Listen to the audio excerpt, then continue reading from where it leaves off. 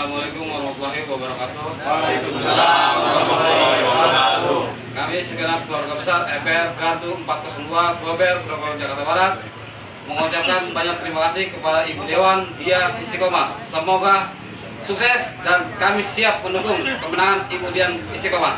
Lanjut.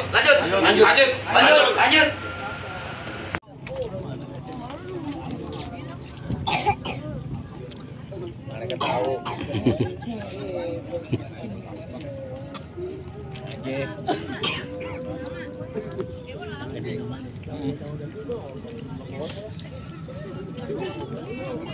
Ibu kayaknya nggak tahu deh, Dodi, investasi Dodi.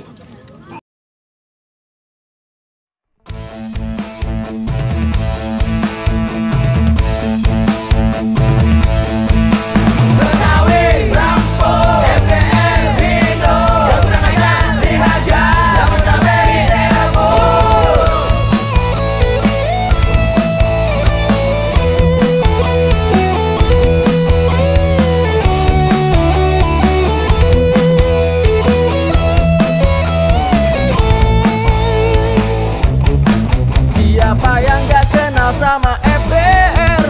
Lihat tongkrongannya aja udah keder.